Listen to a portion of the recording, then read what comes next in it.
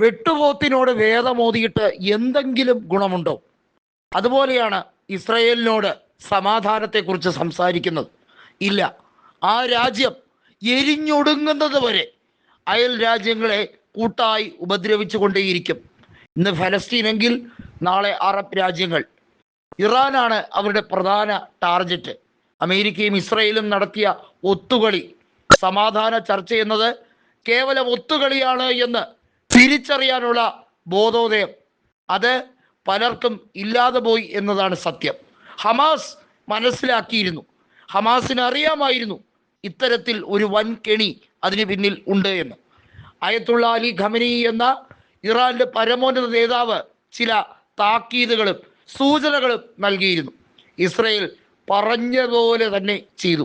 ഇസ്രയേലിനെ കുറിച്ച് ഒരു മുൻവിധി ഉള്ളത് തെറ്റല്ല, അത് നല്ലതാണ്. കാരണം ഇറാനെ സംബന്ധിച്ചിടത്തോളം, അറബ് രാജ്യങ്ങളെ സംബന്ധിച്ചിടത്തോളം ഇസ്രയേൽ ഒരേപോലെ അവരെ തകർക്കാൻ ശ്രമിക്കുന്ന ഒരു ശക്തി തന്നെയാണ്. ഇസ്രയേലിൽ ഭരണ അട്ടിമറിയിലേക്ക് നീങ്ങാനുള്ള സാധ്യതകൾ ഉണ്ടായിരുന്നെങ്കിലും നെതന്യാഹു വീണ്ടും പിടിമുറുക്കി വീണ്ടും ഫലസ്തീനെ തകിടം മറിക്കാൻ ശ്രമിച്ചുകൊണ്ടിരിക്കുകയാണ്. വെടിനിർത്തലിന്റെ ഭാഗമായി വീണ്ടും അവിടെ വലിയ തോതിൽ കൂട്ടമരണങ്ങളാണ് ഫലസ്തീനിൽ ഉണ്ടാകുന്നത്.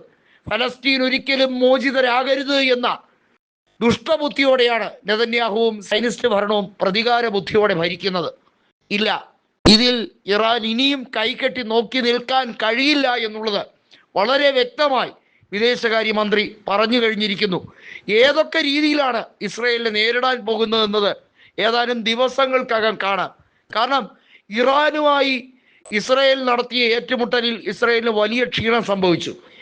ഖത്തറിലേക്കുള്ള അമേരിക്കൻ എയർബേസ് ഇറാൻ തകർത്തതോടെയാണ് വെടിനിർത്തലിലേക്ക് വന്നത്. അത് വയലേറ്റ് ചെയ്യാൻ ഇസ്രയേൽ ഇതുവരെയും ശ്രമിക്കുന്നില്ല. വലിയ ആഗ്രഹമുണ്ട്, പക്ഷേ ഇസ്രയേലിന് അറിയാം ആ റൂൾ വയലേറ്റ് ചെയ്താൽ ഉണ്ടാകുന്ന ഭവിഷ്യത്ത്, അതിൻ്റെ കോൺസിക്വൻസസ് വളരെ വലുതായിരിക്കും, ഭയാനകമായിരിക്കും. നിരപരാധികളായ ഫലസ്തീൻകാരോട് ആയുധമെടുത്ത് പെരുമാറുന്നത് പോലെ ആയിരിക്കില്ല ഖമനേയി ഭരിക്കുന്ന ആ രാജ്യത്തോട് അതിക്രൂരമായ നടപടികൾ ചെയ്താൽ, അതിന് മുതിർന്നാൽ ഇസ്രയേലിന് കിട്ടാൻ പോകുന്ന തിരിച്ചടി ഉരുക്ക് ഡോമുകൾ തകർന്നതുപോലെ ആയിരിക്കില്ല. ഇനി അങ്ങോട്ട് ചോര ചീന്തും എന്ന് വളരെ വ്യക്തമായി അറിയുന്നത് കൊണ്ടാണ് ഇസ്രയേൽ ആ രീതിയിലേക്ക് സൂചന നൽകാത്തത്. മാത്രമല്ല, ഇറാന്റെ ആണവ കേന്ദ്രങ്ങൾക്ക് ഒരു കൃത്യമായ ഇൻഷുറൻസ് റഷ്യയുടെ വക ഉണ്ടായിട്ടുണ്ട്. അതിലും വലിയ ഇൻഷുറൻസ് ഈ അടുത്ത കാലത്തൊന്നും ഇനി ഇറാന് കിട്ടാനില്ല. ഇസ്ഫഹാനും ഫോർദോയും ഒക്കെ അങ്ങനെ ഇൻഷുറൻസ് പരിരക്ഷയിലേക്ക് എത്തി നിൽക്കുകയാണ്. സുരക്ഷ വർദ്ധിപ്പിച്ചിരിക്കുകയാണ്.